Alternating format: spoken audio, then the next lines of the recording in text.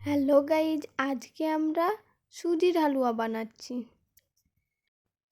এই রকম সুজির হালুয়া রুটি দিয়ে খেতে অনেক ভালো লাগে। সুজির হালুয়ায় বেশি করে দুধ ঘি দিলে খেতে অনেক টেস্টি লাগে। এই সুজির হালুয়াটা যেভাবে আমার মাসি বানালো তা হলো, প্রথমে 2 চামচ ঘি দিয়ে সুজিটাকে ভালোভাবে ভেজে নেব। ভেজে নেওয়ার পর কিছুটা কাঠবাদাম কুচি এবং একটা তেজপাতা দিয়ে দিল। এবার একটু নেড়ে তার মধ্যে জল দিয়ে দিল। এবার ভালোভাবে সুজিটাকে নেড়ে তার মধ্যে 1 বাটি দুধ দিয়ে দিল।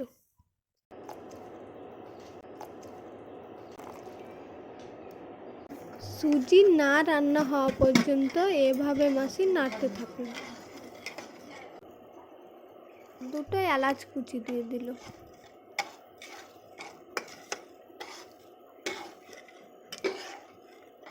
সুজিটা সিদ্ধ হয়ে এলে তার মধ্যে চিনি দিয়ে দিল।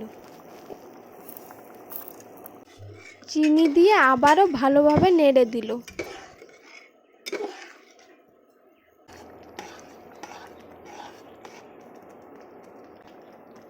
সুজিটা রান্না হয়ে এলে শেষে আবারও 2 চামচ ঘি দিয়ে দিল।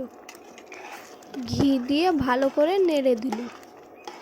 তৈরি হয়ে গেল আমাদের মজাদার সুজির হালুয়া। আপনারাও এইভাবে সুজির হালুয়া বানিয়ে খেতে পারেন, দেখবেন অনেক ভালো লাগবে। আমার মাসির হাতের এই সুজির হালুয়াটা আপনাদের কেমন লাগলো কমেন্টে জানাবেন। যদি ভালো লাগে তাহলে একটি লাইক করবেন। আপনারাও এইভাবে একবার বানিয়ে দেখবেন, খেতে অনেক ভালো লাগবে। সবাই ভালো থাকবেন, ধন্যবাদ।